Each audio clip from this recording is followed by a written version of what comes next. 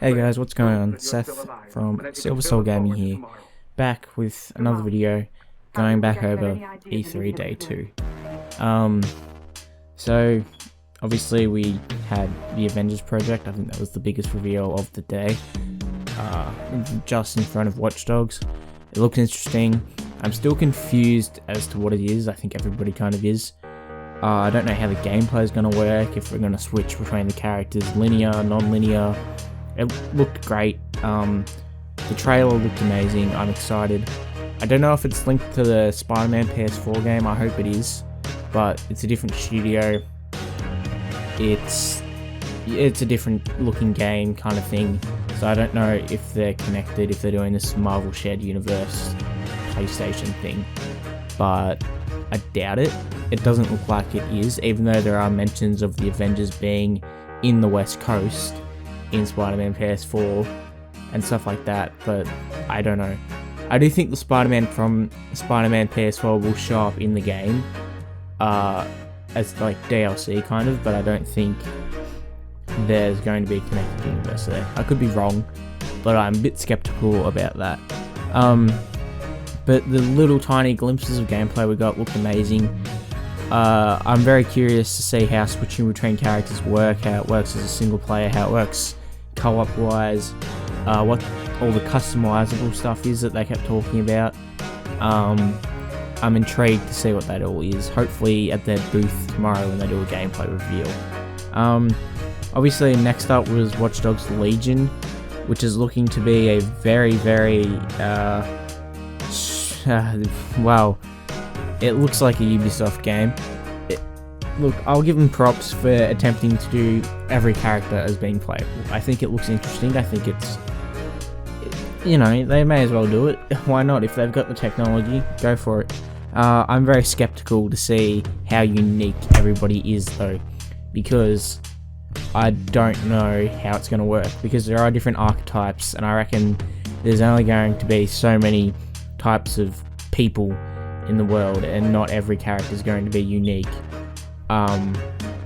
However, I haven't played the game, so I don't know how this whole NPC thing works. Like I said, I'm very skeptical. I'm not huge on it, because I think when you have so many characters, especially with the amount they're going for in this game, you're gonna really struggle to tell a compelling story and give insight on the characters, just thoughts about the world and stuff. I think that's going to be a struggle writing a character, or writing characters that the story revolves around, kind of. I don't get how it's going to work, and it's really going to annoy me, because I would much prefer a single player campaign. It also looks like it's going again with a bit of the tongue-in-cheek laugh comedy thing, which I think is not the right direction, not the right tone for Watch Dogs. It doesn't need to do the Watch Dogs 2 thing. It made sense for San Francisco, I guess. That's a little bit different than Chicago. But Watch Dogs 1, I think, captured tonally what it captured as a tone, and what was amazing, and they should have kept it for Watch Dogs 2. They didn't. They decided to go a comedy for some reason. I don't know why. I still thought the game was great, I just didn't like the tone compared to Watch Dogs 1, and it looks like they might be going for a bit of a combination of both, but I think they really need to just pick one tone and just go for it, and I would just prefer the dark and gritty tone. I think that would work well for London, and especially the plot of the game it would work well for. But other than that, it looks good. I will say the game looks amazing. Obviously, Watch Dogs 1 had the very similar of, oh, it looks great at D3, I'm gonna downgrade, but I don't know what's gonna happen. However, the game looks amazing. The animations look really good actually, and the gameplay looks like Watch Dogs 2 gameplay. But yeah, I'm very excited to see what that is. A new Rainbow Six game got announced, which caught me off guard. However, I still think they're going to support Rainbow Six Siege, and this Rainbow Six Quarantine is going to be another game that's it's just a co-op game, which I'm intrigued to see, but it's got zombies, so I'm a bit skeptical about that. I think it would have just been better off to just do a co-op kind of Ghost Recon thing, if that's what they wanted to do. However, I'm still excited. I love Rainbow Six Siege, and I'm excited to see what Rainbow Six Quarantine's like. But I still think they're going to support Rainbow Six Siege and continue to like update that game, because I don't think there's plans for stopping updates on that game and move forward to this.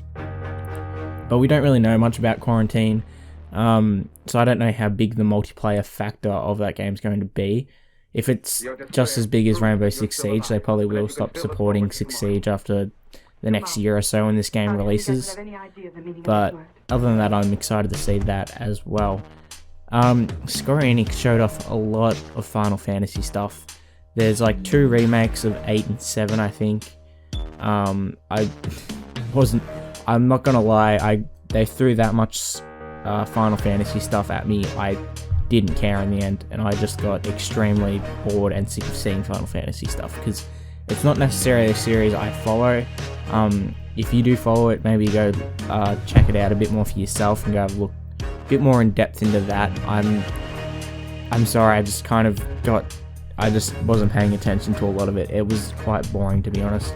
The Square Enix conference was a bit of a letdown in my opinion, and the Ubisoft one was pretty boring as well, not gonna lie.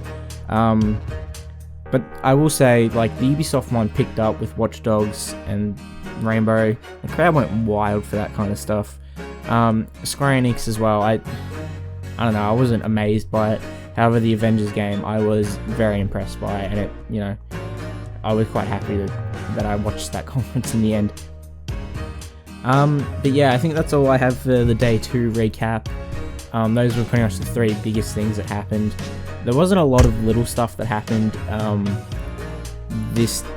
today, so I don't know what tomorrow's going to be like, how big tomorrow's going to be, because it's mainly Nintendo tomorrow, but they've got a lot of stuff to show off, I think.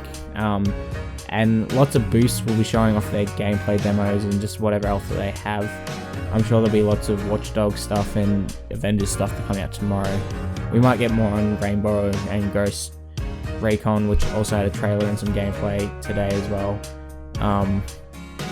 Yeah, John Bernthal came out on stage actually, now that I do think about it. Yeah, that was cool to see with his dog. Celebrities seem to be a bigger and bigger thing for games, which I'm quite happy to see. So yeah, but overall I think that's just what happened today. It's what really stood out to me. It's probably what stood out to a lot of people as well. I'm gonna have a video on Watch Dogs coming out as well, just kind of get my thoughts and stuff into that game, and just about how ambitious it is and stuff like that. And I'll also go over Cyberpunk, all the games that got shown at E3 this year. And I'll see you guys tomorrow for the last day of E3, and again hopefully this week for another video.